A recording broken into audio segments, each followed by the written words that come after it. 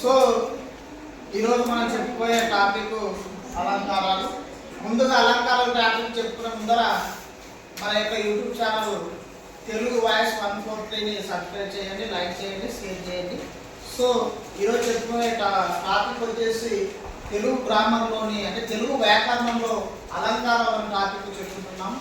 అయితే ఈ అలంకారాలు ముఖ్యంగా కావ్య సౌందర్యాన్ని ప్రకాశింప చేయున్నది అలంకారాలు. సో అలంకారాలు ఈ భాష యొక్క సౌందర్యాన్ని పెంచడానికి, అంటే కావ్యం రాసేటప్పుడు కానీ, వాక్యం రాసేటప్పుడు కానీ, పదం మాట్లాడేటప్పుడు కానీ ఈ అలంకారాలు సౌందర్యం ఏ విధంగా అయితే ఒక అమ్మాయిని కానీ ఒక పెళ్లి కూతురుని ఏ విధంగా రెడీ చేయడానికి నగలు, నెక్లెస్లు, డైమండ్లతో ఎలా అలంకరించుకుంటావో సేమ్ కావ్యం యొక్క సౌందర్యాన్ని పెంచుకోవడానికి ఈ అలంకారాలు అనేది చాలా ముఖ్యమైన పాత్ర వహిస్తాయి. సో మన తెలుగు భాషకు సంబంధించి ప్రధానంగా 2 విధాలుగా అలంకారము విభజన చేశారు. ముఖ్యంగా మొదటిది శబ్ద అలంకారాలు, రెండవది అర్థ అలంకారాలు. తెలుగులో ప్రధానంగా 2 రకాలు శబ్ద అలంకారాలు మరియు అర్థ అలంకారాలు.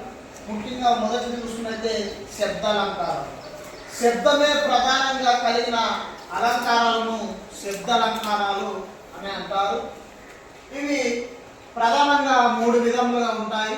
మొదటిది అనుప్రాస అలంకారం, రెండోది యమక అలంకారం, మూడోది ముక్త పదగ్రస్త అలంకారం. అంటే శబ్దం అంటే మనం మాట్లాడేటప్పుడు గంభీరంగా ఆ వాక్యంలో ఉన్నట్లయితే దానిని శబ్ద అలంకారాలు అని అంటారు. సో శబ్ద అలంకారాలలో మొదటిది అనుప్రాస అలంకారం. ఈ అనుప్రాస అలంకారంలో ముఖ్యంగా అనుప్రాస అలంకారం ప్రాస అంటే ఒకటే విధంగా ఒకటే పాదంలో కానీ, ఒకటే పద్యంలో కానీ, రెండో పద్యంలో కానీ, మూడో పాదంలో కానీ, 4వ పాదం కానీ, అక్షరము కానీ, అక్షరాల సముదాయం కానీ, పదం కానీ మరలా ఒకటో పాదంలో కానీ, రెండో పాదంలో కానీ, మూడో పాదంలో కానీ మరలా వస్తే దానినే అనుప్రాస అని అంటారు. సో అనుప్రాస అలంకారంలో ప్రధానంగా 4 విధములుగా ఉన్నాయి. మొదటి వృత్యానుప్రాసం, చేకానుప్రాసం, లాటానుప్రాసం, అంత్యానుప్రాసం.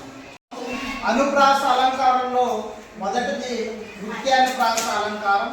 ఈ వృత్యానుప్రాసం యొక్క నిర్వచనం ఏంటంటే ఒకే హల్లు అనేక సార్లు రావడానే వృత్యానుప్రాస అలంకారం అంటారు. వృత్తం అంటే ఎలా ఉంటుంది?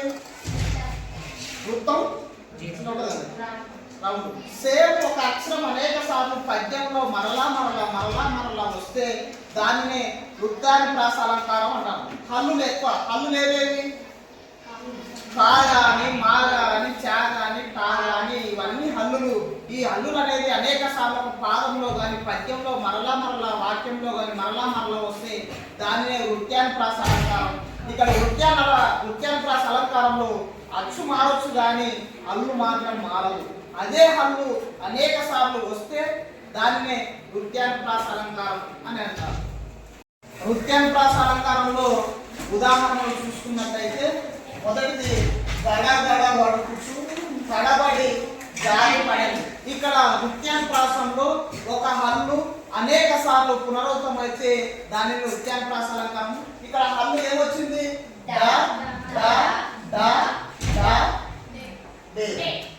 ఇది అంటే ఒక హల్లు అనేటువంటి ఈ దాని అనేక సార్లు పునరావృతమైంది కాబట్టి దీన్ని వృత్యానుప్రాస అలంకారం అని అంటారు.